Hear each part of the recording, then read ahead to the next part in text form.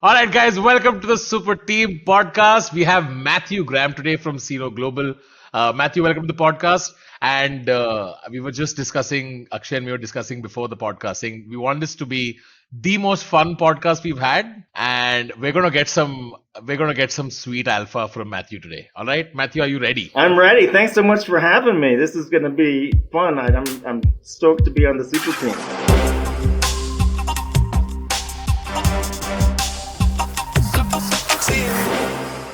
All right, Amazing. let's just get into it. How does one make money in crypto, Matthew? Well, I think that's a good question. Actually, because I think there are a couple different ways you can approach it in a lot of different ways, right? So a lot of people take the burn and churn approach, which I don't like, frankly, but you can make a lot of money doing that way. You can be flipping projects and you can get involved in a lot of bullshit and frankly, you can make a lot of money that way. For a number of reasons, I don't like that.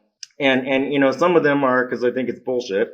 But then other reasons are, I fundamentally view myself as, long-term greedy. I have a very long time horizon, despite the fact that I'm super impatient most of the day. In terms of getting shit done, I have I'm playing a really long game here.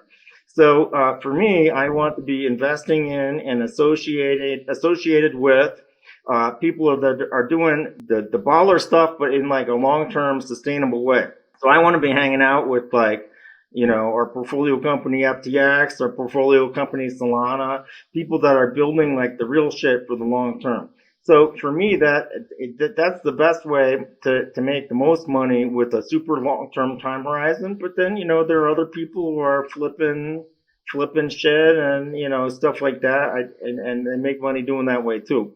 So I guess there are a lot of different ways to make money, but I think some of it starts kind of with like your basic philosophy. Amazing. For those of you watching, by the way, Matthew is a early investor, not just in FTX, which is one of the most successful crypto exchanges globally, but also an early investor in Solana itself. So possibly one of the most successful investors of the last few years. Yeah, I mean, every like major VC is looking at Matthew and feeling like, how the fuck did he spot that from then, right? Like that's the answer to how to get rich in crypto. You spot Solana early. I want to know, Matthew, man, like how did that happen? How did you spot Solana so early? Sure. So a lot of these things tend to be. I think there's an element of serendipity, but then there's an element of approach. So the serendipitous aspect, very openly for us, is we had a portfolio company called Serum, and so Serum was probably the fastest investment decision. In fact, I'm sure it was I've ever made in my entire life. It was a 2-minute decision. And it was to have a central limit order book, so basically like a full-fledged exchange, and to be able to do it in a decentralized world. So in other words, take like a centralized exchange experience, only it's decentralized. So, and not just like order matching and things like that, but like the full fucking thing. And by the way, it's from like the genius engineers associated with FTX and that relationship circle, Sam and co. So 2-minute decision, fastest decision I've ever made in my life. And we wired the money within, shortly, like right after the call, basically. By minute 7. What's Yeah. that? But then they were building on Solana, right? So I always try to make almost like less decisions rather than more, focus on less things rather than more. Ideally, I'm making no more than a couple decisions a day and like, 1 or 2 major ones a week. So when I understood that they were building on Solana, I dropped my other decisions like for that month. And I reorganized the team around, we need to immediately understand what Solana is better than anyone anywhere. And we spent like a month doing that. We brought in some expert outside consults and we really got into it. And it was readily apparent that this was something that was so cleanly differentiated and taking such a unique approach that it was an a bet that was asymmetric and had, the real potential to go off in the way ultimately that it did. Then the hardest problem was we couldn't fucking find any. So I'm calling around to OTC desks all around the world, and I'm like, hey, we'll take any Solana you have on your books. Because you can't size up on a centralized exchange, right? You can't really. I mean, you can try to spread out your orders, or it's just it's a mess. So I called all these OTC desks, and a lot of them were like, "What the fuck is Solana?" They're like, "You didn't even know what it was." And so I'm like, well, it's this, SOL. And then they're like, dude, that's a long-tailed asset. We don't fucking have that. You know what I mean? Because at that time, I don't remember what it was, but it was like, it was like a top 500 token at best, right? So they were like, I don't even know what that is, and we definitely don't have it. So that was actually the hardest part, that it took so long to buy once in sufficient size, once we ultimately made the decision. But, like so many things, it's about serendipity, but it's also about being able to develop and have and act on conviction, because you don't get an FTX type opportunity or a Solana type opportunity more than, once or twice a year is like the most it will ever be. And that's like in the very best case scenario. Once or twice maybe a a lifetime decade, for right? many. Yeah, Yeah, yeah. right, exactly. So for real. So, or it could be like once every 5 years or once every 10 years, or you get your one shot in like your fucking life. I mean, it's that good. You got to take the time to develop your independent thesis and understanding, which then gives you the conviction to say, I'm going to fucking go. This is real, and I need to fucking do this in a big way. So much is about developing the courage, the conviction, and then having the balls to act on it, frankly. So that's what we did with FTX, and that's what we did with Solana. And then, when you see it starting to go in the way you thought, then you get bigger. It's the Paul Tudor Jones theory. I mean, you cut your losses, but then if it starts to go your way, you add to a winning position. So we came in again. We sized up at like the 10x level, and then additionally, we sized up by starting to invest very heavily in the Solana ecosystem, and we now have a slew of amazing portfolio companies like Orca and Jet that are building in Solana, and so we sized up in two different ways: by adding to our Solana position, and then by aggressively investing in the ecosystem.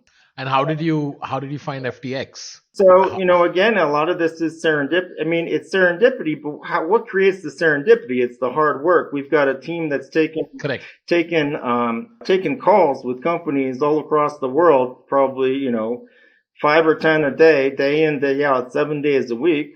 They take the first calls, and then if it's hot, I'll jump on the second call. So you meet with 50 potential portfolio companies a week, and there's a little bit of a numbers game aspect, but with FTX specifically, a friend said, hey man, you should look at FTX. So I got people sliding in my DMs all day long, right? So hey, take a look at this, take a look at that. And I said, okay, let me look at this. And I was familiar with Jane Street, which is where Sam had come from, his pedigree. And so okay, Jane Street guy already did Alameda in a very successful way, and now he's gonna do FTX. That's a guy I definitely need to get to know this guy. So I cold called Sam, and says, hey, Sam, what's up? My name's Matt. I'm flying to Hong Kong. I wanna meet you. And then I flew from mainland to Hong Kong, and that's at that point they had like 3 people. And there was like 10 computers per person, which is the way a hedge fund or prop shop trading floor should look like, kind of. I mean, I'm exaggerating a little bit, but it was just, you go in there and it looks like they're selling computers, It's just, and then in the middle they had a huge stack of fast food, literally like stacked like taller than me, on a small table, but then like a huge stack, and they're just grinding away. And I'm talking to these people, and they're all fucking smart as fuck, and you talk to Sam. I mean, you talk to Sam for 15 minutes, and he's at most more like 5, right? And you're like, well, obviously he's a fucking genius. And so again, that's like an asymmetrical bet type situation, right? And so I think, but the interesting thing there is that really informs our bottom-up approach. So I have some like top-down theses that I believe in. For example, I believe that financial markets inevitably get more complex and abstracted over time. If you have people trading spot, well, then the next thing they're going to want to do perps and futures and options and things like that. Any financial market's going to get more complex and abstracted over time, right? So that's one thesis I have. Another thesis I have is, it sounds kind of cliched, but it's important and people lose sight of it. It's just that, human nature is not going to fucking change. You're just going to see it in different contexts. So here is what that means. Like before, we're in the analog world, right? And how you're going to flex? You're going to get that fucking hot car or whatever, right? So, but now like we're in the metaverse, so people need to flex. So how are they going to do that? Well, they're going to do like the profile pictures with its like $1 million NFT and stuff like that. Human nature, you're going to see like human nature the way it is in the physical or analog world. We're going to see it manifest itself in the metaverse in ways that are very analogous. So those are kind of like 2 top-down theses, 2 examples. But the point I'm trying to make though is that we're actually mostly bottom up, and I bottom up investors. We start with baller teams from all around the world that have cleanly differentiated visions and things like that. And I think FTX is such a great example of why that's so important. So I fundamentally think that this market is too dynamic to get kind of trapped in these rigid top-down theses. Because at that time, when I first met Sam, nobody was like, oh, for sure, somebody is definitely going to come along and kick Binance's ass like that. Nobody was thinking that. That wasn't like an active thesis that anyone in the world had. Not really, right? And we certainly didn't either. But then you meet Sam and the very talented, enormously talented FTX team, and you're like, fuck, man, these guys, they have a fucking shot. And so you're not going to think like, you wouldn't think like, oh, they're definitely going to, nobody thought, Sam himself didn't think like they were definitely going to do this. He stated this publicly, right? He thought about it in terms of probabilities, which is the right thing to do. And so he thought about it like, maybe we have, and he said 10%, if I recall correctly, he said maybe we have a 10% chance to get to the point where we're like head to head with Binance. And what would that 10% be worth? 10% of, $50 billion or whatever, right? In his own thinking, he was like, probably this won't work. But that 10% is super fucking valuable. That's basically an asymmetric bet, right? And you judged all of this with a stack full of ramen on a table. Well, right? no, Matthew, this was my. That's what that's of course. That was just funny. Yeah. Every team you go to visit now is going to prep for it by fucking ordering pizzas and being like, stack this table, Matthew's coming. Yeah. No, that's just something I thought was funny. But at the same time, you do look for signs that grit and determination are enormously important for being an entrepreneur.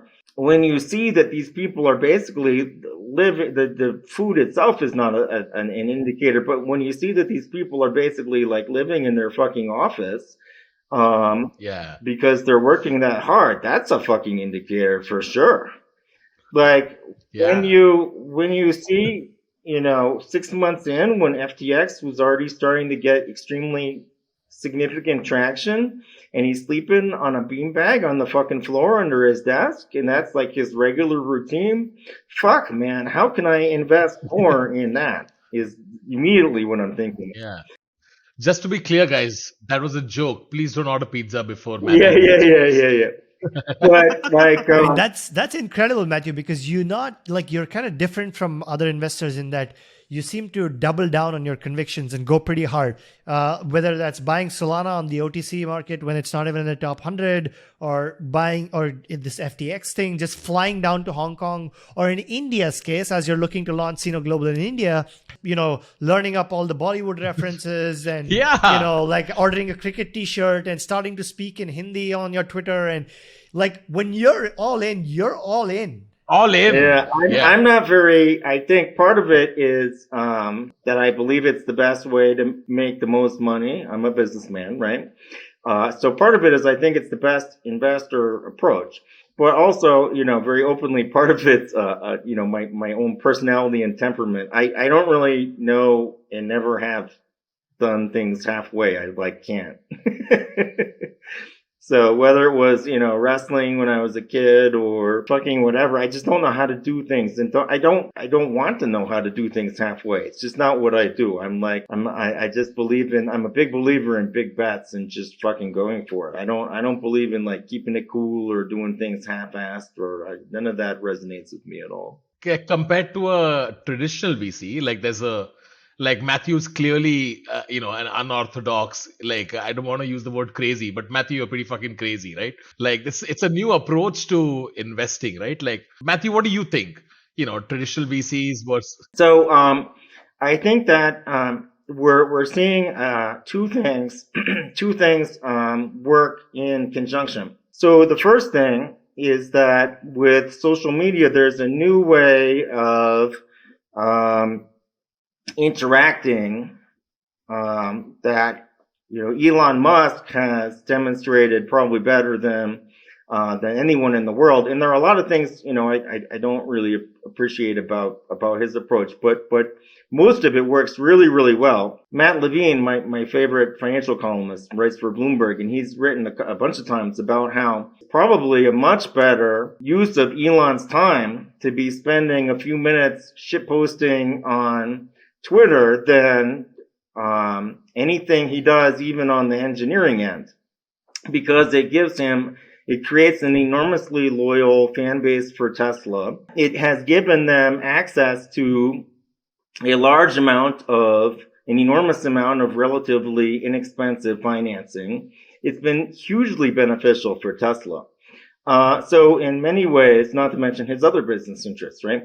So in many ways, he has kind of pioneered that and shown that it's actually enormously effective. And then the second thing is that crypto is fundamentally different from TradFi in a lot of ways, but one way is that it's inherently social. And I think that's hugely important. So I think that the conjunction of those two things, I think VCs have to build a brand, and I think they have to be out there in crypto, especially, right? They have to be out there supporting their portfolio companies. They have to have a distinct voice and personality, and to the extent that they don't, that's going to be a big disadvantage for them. So now, very openly, like with my Twitter, that wasn't really planned the way it evolved.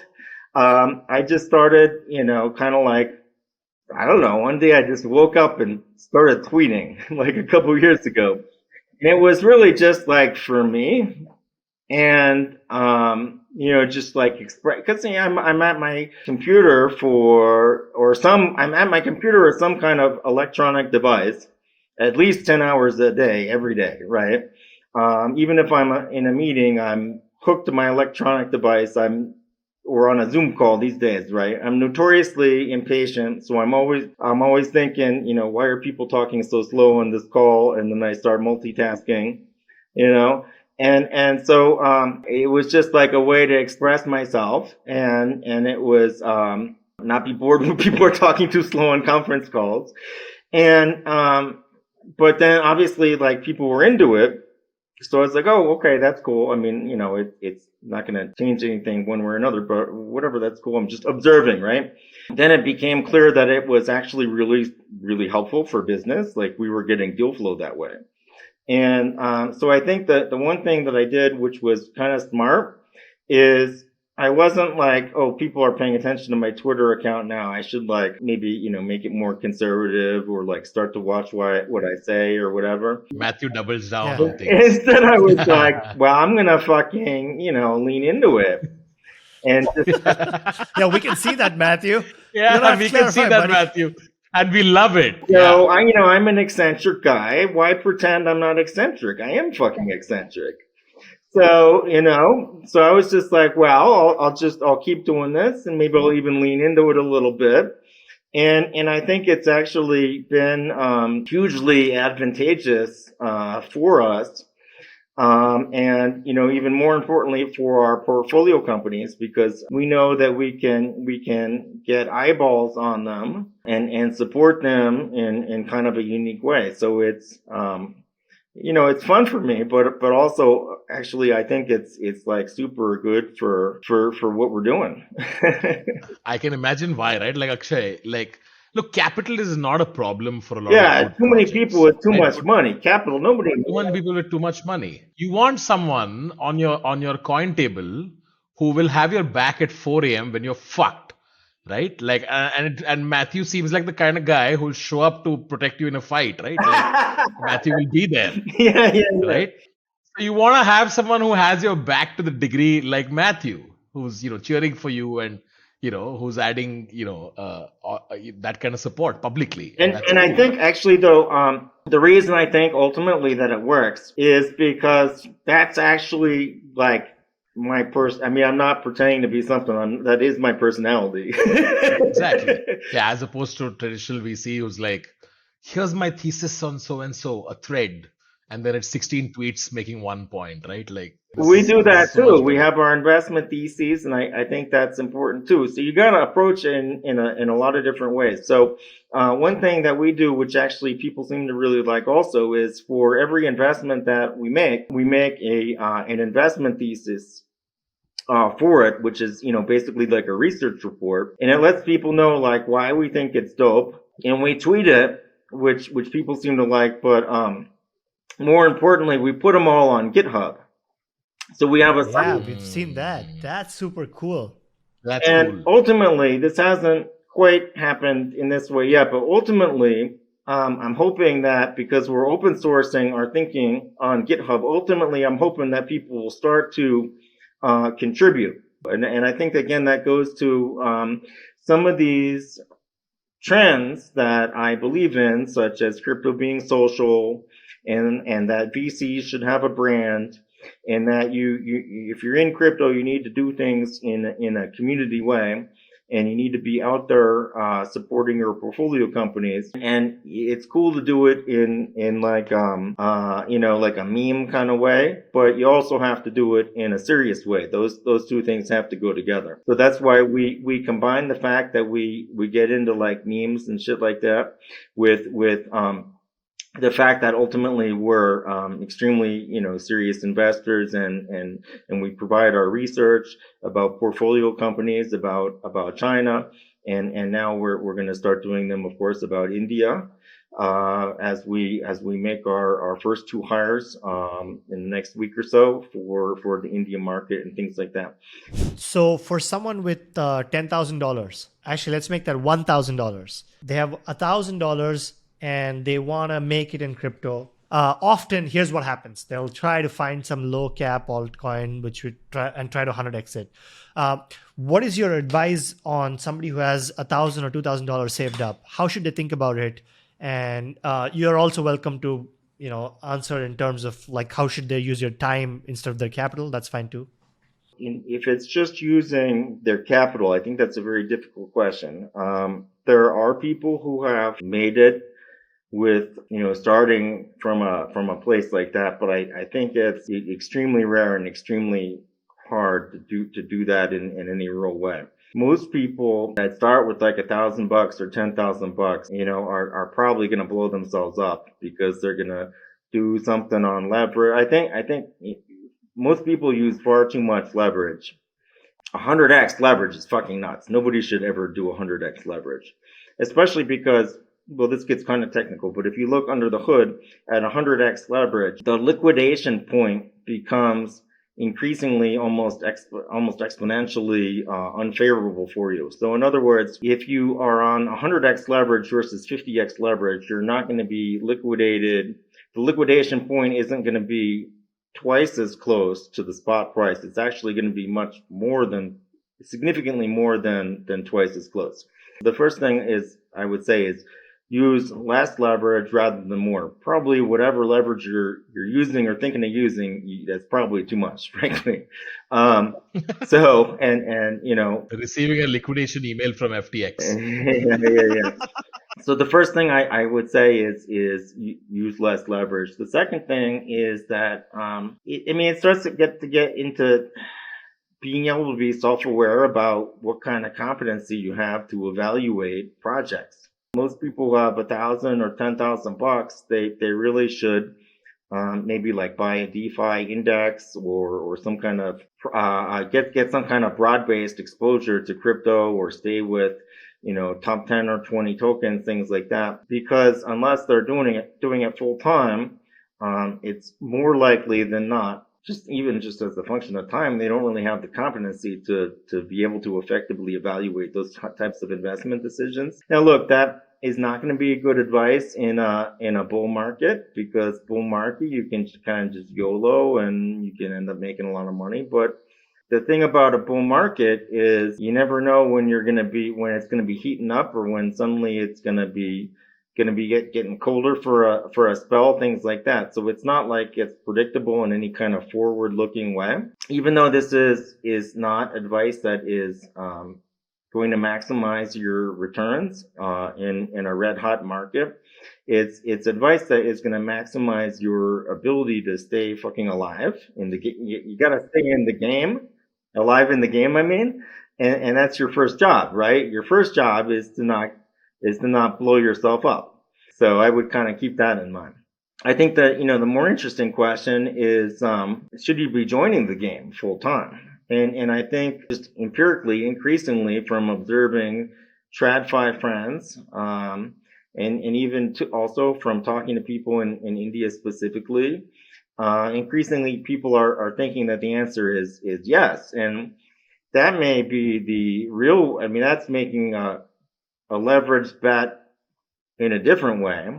I really do in my heart believe that this is the biggest thing since that I've seen since in the 1990s in the United States. So from the perspective of an American, in 97 and such, 95, 96, 97, when the internet was front and center, I think it's the biggest fucking thing since then. So I was a little too young to go all in on that. If you're not too young, in my view, this really is the biggest thing since then, since the internet. So don't blow up, stay in the game for as long as you can, get as much exposure for as long in the market as you can, whether it's in your time or your money, and people can make it. This is actually leads me to the question of why you're so bullish in India, because a lot of people who are listening to this are in India. So you are actually scouring the globe for deals and for talent, and you landed in a place where people already are. So if they just put their mind to it, they can make it, if assuming you're right about this, which I hope you are, because you were right about FTX, Solana, Serum, and Orca, and Jet Protocol, and I know how many other wins you have under your belt, Matthew. There are a lot of reasons why I'm super bullish on India. I think so. For one thing, the looming risk factor has been regulatory stuff, basically, right? But that seems to be trending positive, or at least neutral in recent months. And I think the downside or bear case on regulatory has substantially lessened since earlier in the year. So that's the first part of the picture. The second part of the picture, and I would say most of the picture, is really about characteristics of India itself. The first characteristic that I find super interesting as an investor is the fact that you have a slice of the population, and it's a thin slice, but they are among the best educated engineers in the entire fucking world. So there's no question that IIT graduates can go toe-to-toe with graduates of any technical university in the entire world, including even MIT. They are literally best of breed. So you have enormously talented engineers and computer scientists and mathematicians. The second thing, though, is possibly even more significant, which is the fact that you have fascinating demographics. And so I can't remember the specific percentages offhand, But when I first read the percentage of people in India that are between the age of 24 and 29, it Yeah. just blew We're one of the youngest countries in the world as of now. my mind. Yeah. So, and in fact, I was like I immediately double checked it. I was like, that can't be right. But of course it was. So it's one of the youngest countries in the world and has enormously talented engineers. This is like immediately super fucking interesting to me. By the way, I just googled this. All right, median age in India is 28. Median age in US, China, everything is like 38, That's 39, fucking 40, nuts. The median age is 28. That's insane. 28 of the whole country. That's Yeah. fucking insane. Yeah, and I think the interesting thing is in crypto, I think what's useful is we always had good engineers and mathematicians and all this, but they were subject to management structures of companies and they had to work under somebody and all these things. But now you can just permissionlessly use those skills and apply them to earn money on the internet in a global marketplace. And so 100%.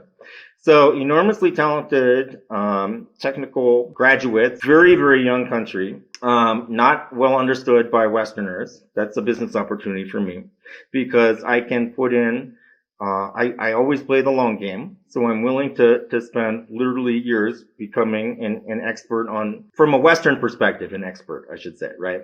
So, in terms of like, Americans, being extremely understanding of India. I'm willing to put in the Oh, there's an opportunity for information arbitrage for sure.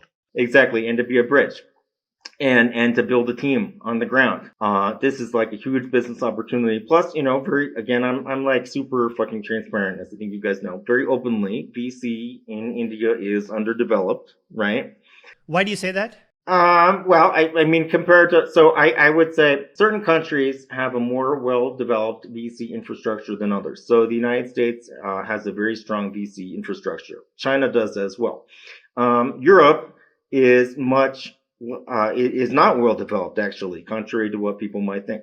So that is a reason why I tend to love to look at projects from places like Berlin and Lisbon because I'm not competing with some fucking Silicon Valley firm that just raised an infinite amount of money and doesn't care about valuation and wants to just like send over a truck full of money. Yeah, I mean, I'm a business person, right? India is more analogous to Europe than China or the United States in terms of the VC infrastructure being a little underdeveloped. So just like very openly, I'm super transparent. That's an opportunity for me to add value. When you talk to these enormously talented Indian entrepreneurs, one thing that I consistently keep hearing is that they are looking for ways to better access and interact with international markets, right? So that's where we can pitch in and help and do things with these enormously talented entrepreneurs. So this is something I had been kind of mulling over all year. In fact, I went back and found the list I had. I wrote down 3 things for 2021 that were most important that I wanted to focus on. India was one of them. So I had been kind of thinking about this all year and talking to people about it. Balaji, talking to Balaji, he's a friend, talking to all these talking to Pankaj, who's the CEO of Delta Exchange. He's that's a portfolio company, learning from all kinds of different people. And then after kind of months of reflection, I decided that this is something I need to do and do in a big way. And so we're looking to gather momentum week by week, basically. So are we going to see a new fund called Indo Global after Sino Global, We like have sister just fund? our main fund, so it's not geographically, it's not by geography. We just have our main fund. But a year from now, I want Sino to be as well known for the India market as the China market. A year from now, I want people to say, "Oh yeah, we definitely need Sino on our cap table," because they're going to be able to help us in India and China, and those markets are really fucking important. So, and then a year from now, I want to have a number of baller India projects that I'm helping to, that Sino was helping to access the international markets. So I'm very serious in doing this in the deepest and long term and most mutually beneficial way, which is why I take the time to do these little things to demonstrate seriousness and sincerity. I'm a huge believer in respecting the local market. So that's when, like for example, someone randomly added me on Twitter and then like, dude, you need a cricket jersey. We're playing Pakistan in a few weeks. And I'm like, oh, okay, yeah, I'm fucking in. Let's do it. And then I'm like, okay, so what number, what name do I put on the back? And now I'm ready for cricket against Pakistan. So, I'm careful because I know this kind of thing can come across the wrong way. It's super important. I think for the most part, people get it. It's my way of showing respect. I don't believe that you can do a local market in a serious way unless you take the time to understand history and language and culture and things like that. Yeah, I'm like Akshay and me have, similar to, our thesis kind of similar, right? Like we also thought that India is going to be a critical market.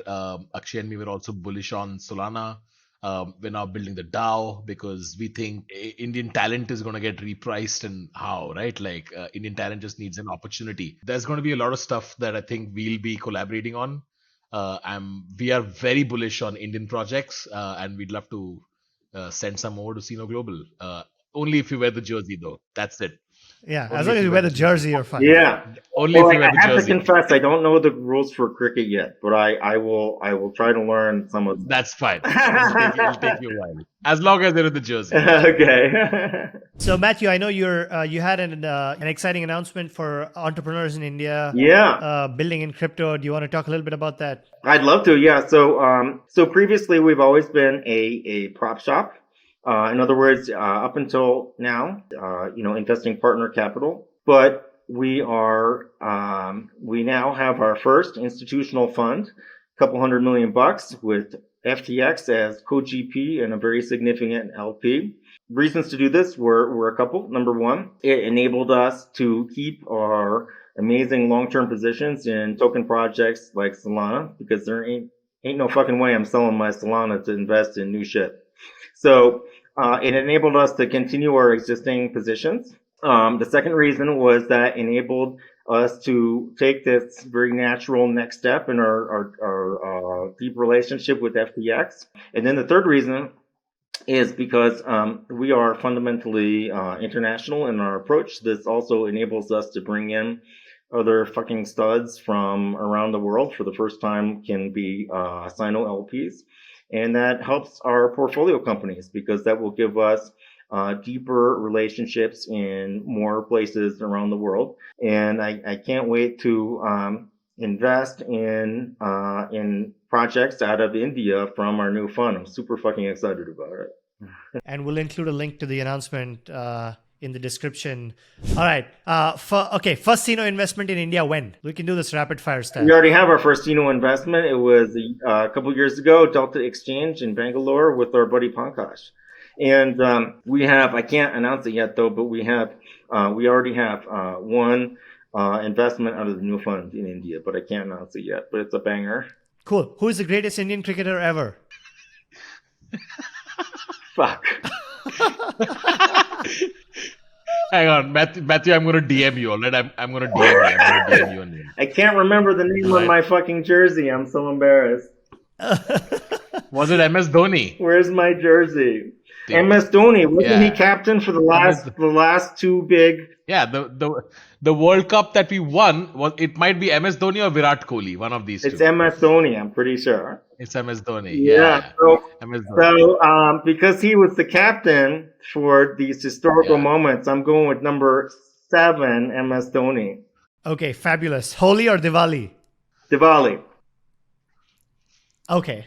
All right. Good choice. It's a bluff. I don't know what that means yet. It's a bluff. Okay, Holi is the festival of colors. Diwali is the festival of lights. Matthew, I have a selfish question I want to ask you. Yeah. As both me, on behalf of me and Tanmay, we're wondering how to navigate these markets for the next few months. Do you have any ideas, thoughts, things that we should keep in mind Any projects you're looking at? Any ecosystems you're looking at? And also, can you call the BTC top, please? So we know when to sell. Well, I don't really believe in market timing. I mean, you can go back and look at my public comments when we last went from 65 to nuked all the way to 29, and people were saying, "What should I do?" And I said, "Well, if you're not a pro investor, you should just calm the fuck down and wait a few months." You know? So I don't really believe in market timing. I think there's a very, very, very small number of people that can do that well, and it rounds to zero. And that's true. Crypto markets are much less efficient than traditional markets, but that's even true in crypto. Markets are most interesting at extremely short time intervals and extremely long time intervals. Extremely short time intervals are mostly for high frequency traders and quants and things like that. And they can get huge alpha out of these microseconds. And then extremely long time intervals is when people that have informed theses and fundamental approaches can be very alpha generating. The vast majority of people don't have the ability to do extremely short time frames. And I think this is true of retails and pros. They should be looking at longer time scales. I don't really believe in trying to figure out what's going to happen a month from now. I think it's a waste of time. Top Sino investment, which is under the radar right now, but you see huge potential in them. What's the Sino investment that you think has huge potential, but it's kind of under the radar? Jet Protocol. Jet Protocol. Those guys are fucking studs, man. I'll tell you. They are just animals. So you could think of it almost like, so it's a lending protocol. You could think of it almost as Aave on Solana at a high level view. So that's, a concept that a lot of people have looked at because there will definitely be huge winners in that area. So there are multiple projects that have tried to do something like that. But the Jet founders and the team that they've assembled are just fucking animals. They're just world class. And they're the perfect type of people to bet on because, you can feel super comfortable that they're going to make the right choices just in terms of, ethical decision making and things like that, which are a major issue in crypto, right? People always playing bullshit games, things like that. And they're going to make the right decisions to build a business in a very long-term way. So I'm just so fucking hugely bullish on Jet. That's it, Matthew. This was outstanding. We're really excited for you guys to come to India, fund Indian founders. I'm really glad that, we got to talk to you about all the plans you have ahead much before probably most. This was not just fun, but extremely knowledgeable, right? Like Matt came in with the cricket jersey, but then he just lawyered everyone, and Matt's like, cool. Yeah. I'm not just fun. I'm gonna drop some knowledge for you guys. Thank you so much for having me on Superteam. This was so fun. I really enjoyed it. Thank you, Matthew Graham, ladies and gentlemen. And on that note, do subscribe, and we'll see you on the next one. Thanks, Matthew. Thank you.